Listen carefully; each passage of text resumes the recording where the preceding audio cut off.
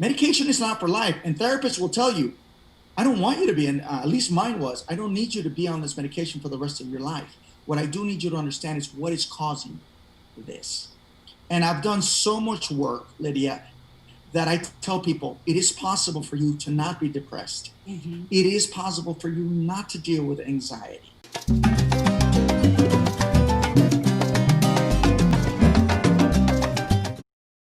Hey, Comment Sensor, thank you so much for joining us today. You are in for a treat. This guy is just one of the tops in LA and in Hollywood, and we are so excited to give you Mr. Mauricio Mendoza in the house. My story with producing, it started in 2008.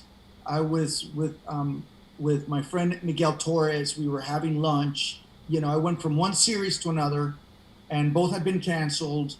And one was Angeles for Telemundo, and then it was Resurrection Boulevard. Your first series was in Spanish. It was Charlie's Angels in Spanish. I was Bosley. I was the Bosley character. Wow. Okay. I remember, you know, here's a guy, an actor who had been on a series for 4 years, and I finished, and it was like my world all of a sudden. There were no auditions coming, no calls coming, and all of a sudden but it was also the crash, baby, in 2008. Yes. You know. Yes, remember? but absolutely. You know, most actors also had moved on to other series. So here I was, unemployed, thinking, what am I going to do? So I had to kind of go back and start doing what I knew I knew I could do right away, which was theater. But the reason I say this story is because Miguel and I were talking, and we were started bitching about Hollywood, right? And about Latinos, and we don't get this and we don't get that. And all of a sudden I really found myself in the conversation with him. And I said, bro, I don't want to sit down and have this conversation about not having enough. And how can we change this conversation? How can we do something about it? You know, instead of complaining about it, what can we do? And he said, you know what? Yeah, you're right. So we said, why don't we produce? Why don't we start producing? You know, if we talk about the lack of what we're lacking in Hollywood, let's just become producers. Let's be part of the solution. So him and I jumped and started producing. People go, well, how did you do it? You had no money. I said, well, we got really creative. We started calling friends of ours, directors and writers and DPs and, you know, lights. And he had, what we were lucky is Miguel had all his light gear and his cameras. And then my friend Armando Acevedo said, I'll DP all of them. And we started creating content. And it jazzed me so much that the conversation for us wasn't about the lack of. It was like, man, and we can call this person and we can call this actor. And we started employing Latino actors and Latino writers and and we just started, it's called Encounters. We won the Imagen Award for Best Web Series. It's on YouTube, and now it lives on YouTube. I think the important thing for anybody who's watching right now is that it just takes an idea. Yes. It doesn't take money.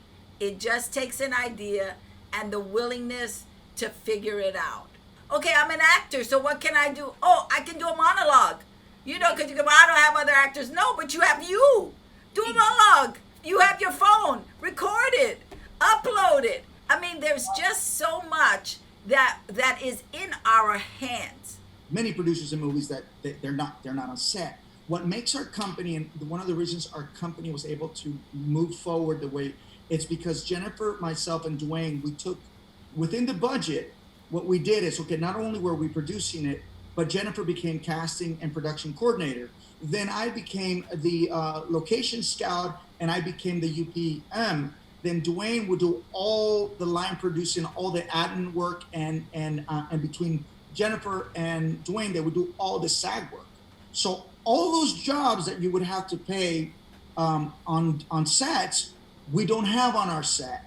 We take all of that responsibility, which is because people go, well, how do you do it? How do you do it? Why? And that's exactly how we do it. Because you're doing indie producing, which means you take every hat on that you have to. Exactly. Stepping into the roles of the producer, the wearing every hat in production. How has that helped you as actors? We were casting a movie that we produced in Mexico, right? Mhm. And they had the executive producer had offered out the lead role to a star in Mexico already. So we were just waiting. Two guys came in and just knocked it out of the park for the Right. part.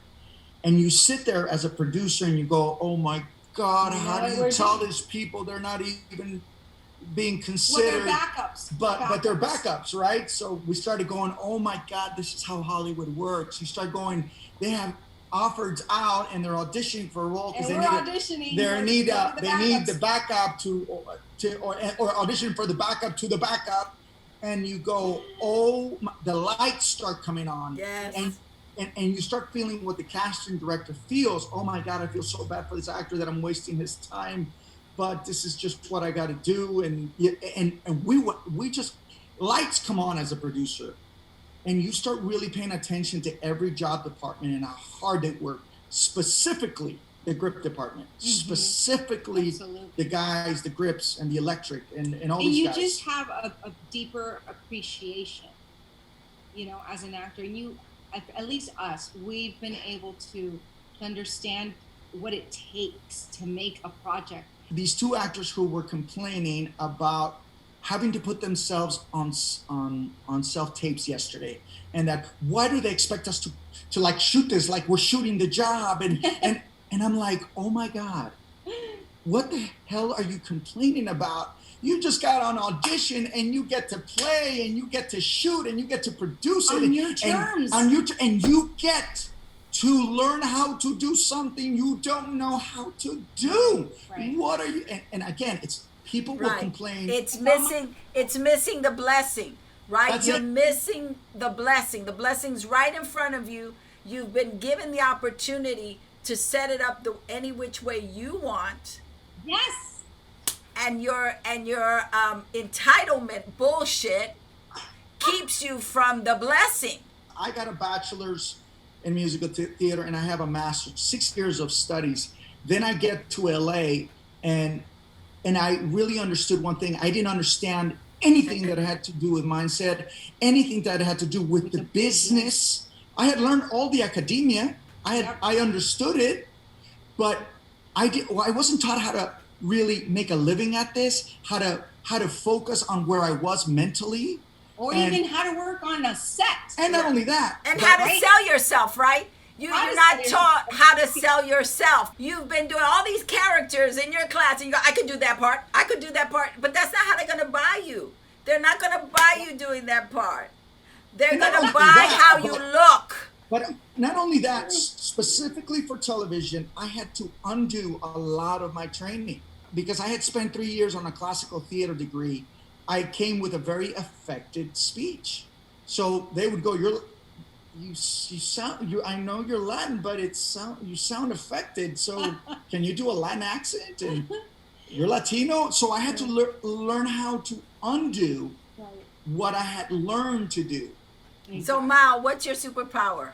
My superpower is I care. Hey, that's my superpower. But that's the thing is I didn't know it. I didn't know it until we were doing KBB. I was always staying so guarded with my career it was always a separation because I thought that if I wasn't so available that I would become more interesting, right? And I've become available because ultimately I care about people. Yes. I really want to create, I want to be able to, I suffered from anxiety for a very long time. I never talked about it. And one of the reasons is I was always ashamed of talking about anxiety. And I don't want people to think I'm weak and I didn't. So I've learned to really talk about the anxiety and what caused it in my therapy and my psychotherapy behind it, because I ultimately want to serve people. What tools do you use to help you with that? Because there's so many people out there who, especially right now during lockdown, going through anxiety, but don't have tools to, bring them back to center. First, you have to accept that you need help. Right. Acknowledge it. Then go look for a therapist, and the therapist will also help you find a psychotherapist. And there's two different ways, because the therapist can talk about it, but they can't give you, if you need medication, Can't prescribe it. they can't prescribe it. The reason I tell people, when other people get about, oh, I don't believe in medication, I said, the only reason I believe in medication is because I went through anxiety, and I remember that I didn't want to feel this way, but my anxiety took over so much that I couldn't think clearly. Mm-hmm. So as soon as I was put on medication, then my therapist started teaching me cognitive strategies and self-talk. And then I was told, go into this therapy group, because then you will learn cognitive behavior and why the self-talk and the catastrophizing and all this sabotage and things that you're doing that is creating the anxiety. And the reason you're feeling anxious and then you go into depression is because you don't understand what's happening. So you get depressed, and then you get depressed and you don't want to talk to anybody. Did you find that the depression hit you really hard after a job? Was that when you would start to crash, like right after you come off of a job? Or no. Oh, it's okay. Interesting. I had the most anxiety when I was the most successful. And what I found out through therapy, the reason I had the most anxiety is because I was comparing myself to others. Ooh, I got emotional right now. I remember when the first poster of the first show I was not on it. So the billboards were everywhere and I wasn't on it. And I remember it hitting me so hard, like, oh my God, I'm not good enough. I'm not good looking enough. I'm not talented enough to be a part of this. And then the second show came about. Again, it happened. So I made it mean so many different things that didn't even exist. So how I deal with those things now is so different, because I began to understand what I was doing. I was making stories that didn't exist, and I've learned to be grateful. But the reason I believe in medication is exactly because once I got the medication, I was in control of what was happening, because I started the therapy and all the work that I needed to do, and all this work that I continuously, what I eat, what I drink, and everything. And I've gotten a hold of it. I haven't suffered from anxiety in a very, very, very long time, because I began to understand what it was that was causing it. And then you can get off the medication. Medication is not for life. And therapists will tell you, I don't want you to be at least mine was, I don't need you to be on this medication for the rest of your life. What I do need you to understand is what is causing this. And I've done so much work, Lydia, that I tell people it is possible for you to not be depressed. Mm-hmm. It is possible for you not to deal with anxiety. Right. And also, Yeniffer, and one of the things I love about her is that she saw me have an attack right at the beginning of our relationship, and she didn't run from me. Because she has done so much work herself, that she was there as a support. So also who you surround with and then she lifted me up and helped me get better. Right. She didn't make it worse. She wasn't looking at your image, she was looking at your spirit. That's it. Totally. That's it. Totally. That's exactly it. So I have become an avid speaker, and letting really my vulnerable side and my human side really be a part. So that's why I say my superpower has become is that I truly care, and I really want to make it.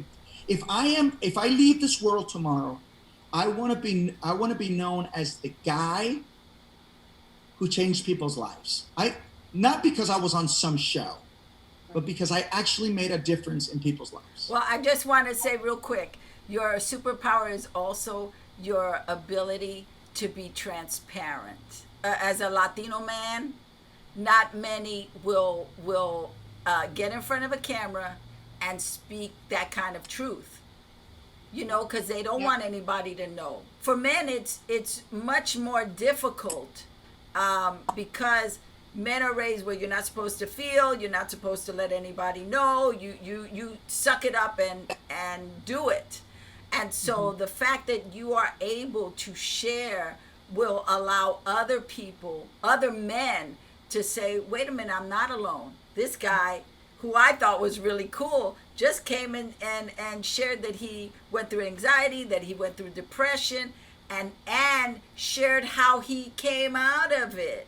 In Hollywood, going back to people keeping secrets, you know, we buy into the PR. Oh, they never acted, or it just happened. It just happened. They just, and it's like, oh, that's not true. Yeah, no. I was in acting class with that fool. That's not true. You know that they just, or they don't tell you the challenges of being an actor. It's so hard for me when it comes to the media and Hollywood. Is exactly what you're saying, is that so many actors suffer from depression and anxiety, and the media doesn't allow them to suffer properly, because they grab a news of some attack, like, you know, with Lindsay Lohan or Robert Downey Jr. or anybody who's having a breakdown, and they make it into news, and they don't realize that everybody's in pain here. We lost Vanessa Marquez because of, you know, mental illness, There you go. and she got killed by police because they didn't know how to handle her episode. She was having an episode. Exactly. Yes. Exactly. And it's unfortunate, and you know, it's one of the things that I love about him, his vulnerability. And when we first met, even his persona of like, I'm fine. I could see right through it, because I feel that that's my superpower, that I can definitely relate and connect to people on a soul level really quickly. And I also care, and I'm very authentic. I think the thing that I've learned through life is healthy boundaries. You have to learn how to create healthy boundaries with people, because sometimes what happens is you are so giving that they'll take the hand, te agarran el codo, and they swallow you. Totally. And that's one thing that I've learned with him. I've said no to projects where I've gone in and met the director, and their producers are there, and we're doing the scene, and there's just no, sometimes I walk away going, something about this just doesn't feel right, and I don't want to spend 22 days on this with this. It's all a process, and it's all trusting yourself. And your craft is going to grow, and it's going to be the best that it's going to be when you have all of these other things in place. Because if all of this emotional and mental stuff is out of place, the craft is going to be hit and miss. It's not going to be stable. Yeah, you don't want to have a career where you're dealing with a lot, and you haven't dealt with your demons, which is one of the reasons we also approach acting in a very holistic way. Mm-hmm. I learned Stanislavski. I learned Meisner, and we use some of it, but we don't use all of it, because one of the things that I learned is that when I started learning the craft, I didn't want to relive my past. I didn't want to have to go through that pain. Right? So what I learned, and this is something we have so in common, the way we learned how to act and how to cry and how to lie is I learned how I memorize my line is how I learned to memorize the feeling. So I learned to practice the feeling of crying, and that's how I cry. I don't go back to my past. I think it's so dangerous to have to relive your past to create a moment and bring it with you, because then you're gonna have to have that shit with you all day, and then but reliving it. Who can sustain it, right? Which is why I think a lot of actors, so many amazing actors through time that have been amazing actors, end up committing suicide, because they take their work with them constantly and they're not able to heal. And for me, because I've opened that wound again. Because they open it up again. I've dealt with anxiety and depression. There is no way in hell that I am reliving anything that I don't need to relive. So if somebody says, well, how can you cry on? I go, I've memorized how to cry. I literally will cry on a dime just by memorizing the emotion, you know? Because it's like I tell people, I've never killed somebody, but on the movies I've killed people. He gets the heavies. I don't have to go kill somebody to live that moment. I've never done cocaine in my life, but I've gone and I'll go and look at YouTube and I see how they're doing it, and I study research the feeling of it, but I'm not going to go try cocaine. So those are my examples of method. I go, you don't have to do method to be able to act. How does a child, a 5-year-old child, know how to act? Because they understand that they are playing. They understand that they're playing. So Stella Adler used to call it what if. Go into your what if. That's Create it. the what if. That's what it. if. they just know how to play. Yeah, They right. understand. They're pretending and they're paying attention to the other person there's- and really being effective in the moment. in Right. the moment They don't by know the about it. environment. They don't know about That's objectives or given circumstances or which we do talk about, because it's understand. It's we also We explain do to the them. homework, We do but we do the breakdown of a script, but we say once you understand it, then drop it, and it's all about what's happening here. Right. Be present with the other actor, because Present, sometimes yeah. they're giving you Yep. the gifts, and if They're you're not giving you present, you calls. miss it. How does being a father inform your work, first of all, as an actor, as a producer, and what are the joys that you get from fatherhood? It has been the blessing of my life that I did not know I wanted, that I didn't know that I would ever have, because I had no interest in ever being a father. When Yeniffer and I were starting to date, 3 months into our relationship, she broke up with me. One of the reasons was is she knew she wanted to get married again, and she knew she wanted to have another child. And I didn't want to get married again, and I didn't want to have children at all. I've never thought about having children. I missed her so much in that month that I came back and I said, give me another chance here. One of my brothers really was the one who said, you know, what is it that you're afraid of, right? And I literally had to look at, I was afraid of what it was, how it was going to affect my career, how if I do theater, how I can't go away on a tour. I was thinking of all the things that it would take away from me, right? But we got together again, and inside it, I was this anxiety, creating all the stories, which is how she saw my anxiety attack, right? Because I really wanted to be with her, but it was producing this anxiety, this responsibility. And then I said, screw it, I'm doing it. It is the blessing of my life that this woman convinced me to do something I was so afraid of doing that it changed my whole life. Juliana Mia Mendoza and Adrian have been the blessing that I always wanted, that I didn't know I wanted. And I have been taught how to stop being fearful, how to be a better dad, how to be a better man, how to be a better actor. It has informed everything about how I choose my life. And it comes because of this. I mean, I can't say enough that I tell people that you don't know until you know. And having Juliana and Adrian it's the biggest blessing, better than any show I've ever gotten. They're the blessing of my life. Absolutely the blessing. Yeah. And for you? Well, I've always said my best productions are my children. And this is another thing that I bring into the teaching. I at first thought, until I make it, I'm not going to get involved. I need to make it first because I'm going to be an Oscar winner, and I got to make it first before I get married and before I have kids and all of that. And 1997, right after the premiere of my very first pilot, I'm like, I'm on my way. This is awesome, right? This is great. I had just gotten here, a year prior. And my dad dies. Literally I get the phone call on Thursday. He was living in Australia, and we had no idea he was sick. And he had no idea he was sick. He literally found out he had lung cancer, and he did not last a month. And we didn't find out until the third week that they called us, and my brother and I flew out to Australia. We got there on Monday morning, and he passed on Wednesday afternoon, 5:35 p.m. I'll never forget. But what that taught me was that was the one time that I went into a huge depression, because I lost my dad from one day to the next, and it was just such a shock. You had no tools. I was alone here, and it was just so hard. But the one thing that would come to my mind is he's never going to meet my children.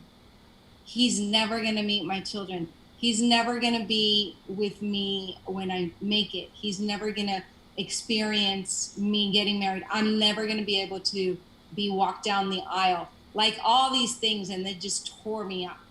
And now I get emotional. So I realized I stayed here by myself. My brother went back to Miami and my mom was in Venezuela. And I was like, no, I got this. I got to keep working on my career. You know, we're selling this pilot and I'm going to go to see. I mean, anyway, long story short, in a year, I gained 25 pounds. I could not get over the shock and the depression. And I decided to put everything in storage and go see my mom and my sister in Venezuela because I needed my family. I needed my family. I couldn't heal or mourn by myself. I thought I could, and I gave myself a year, and it was the most destructive year of my life. And when I went back to Venezuela and I just stayed there with my mom and my sister, I just started to heal more. And to make the long story short, I ended up meeting my son's dad in Venezuela. And it was divine. It was a divine healing. Like it was a moment that I needed. It was a perfect moment for me to just not live by the career and put my whole life on hold just because I wanted to be an actress. And so when I let that go and I started healing, and I actually went to India and Nepal and Peru, and I just did this whole recorrido, like I just did this whole journey of spiritual healing for myself. Before I met my son's dad, it was when I came back to Venezuela after I did all that traveling in '99 is when we met. But it's in that healing that I realized that I needed to live my life to the fullest, truly live my life to the fullest, be with my family, be who I was meant to be, and allow myself to fall in love again. And so I did. And I had my son, and I worked more than ever after I had Adrian. When he came, I came back to LA pregnant. I came back to LA pregnant and married. It was just one of those, like, it was 18 months later. It took 18 months of me traveling the world, finding myself, healing, and I opened, yeah. And you know, that's it. And I came back with a family, and go. that made me so happy and fulfilled and complete that I was able to break through and have the career that I've had. And I got, you know, my gosh, I've been nonstop working, and I started working more after I had my son and after I became a mom. Her focus became something else, right? So, and so what we talk about in the conversations is, and it's your beautiful example. She just let go of these things and how I thought it was supposed to go, how I thought the order was supposed to be. And a lot of artists think that they can't live their life to the fullest. They don't have time to fall in love. They don't have time to have children. And it's like, no, those are the biggest gifts that you can give yourself. And that's only going to enrich your art. That's only going to enrich the artist in you. It's only going to give you more to bring to the table as an artist. Plus, you learn to love somebody else before you love yourself, and get that ego thing, and that ego thing that is always with you, and you put the energy in loving somebody else and giving your energy. Goodness, our children. Well, as a mom, right? You can totally relate. Oh, right? Absolutely. My life changed as a mother. Yeah. So the legacy for our children is for them to live their life to the fullest, and to really love themselves, and through our example and our work, they'll always know that our work ethic and our family values comes first. I just want to say thank you so much for doing this. You guys are the best. I love you guys. Thank you so much for joining us today. If you haven't already subscribed, please subscribe to our YouTube channel, and give us feedback of what you thought. Did you have any questions? Do you need any answers? And look in the description. below for all the information of how you can get a hold of Yeniffer and Mauricio and their programs, and find out about their producing stuff and their mindset classes, their acting classes, and their financial freedom classes. So thank you so much for watching. We'll see you next time.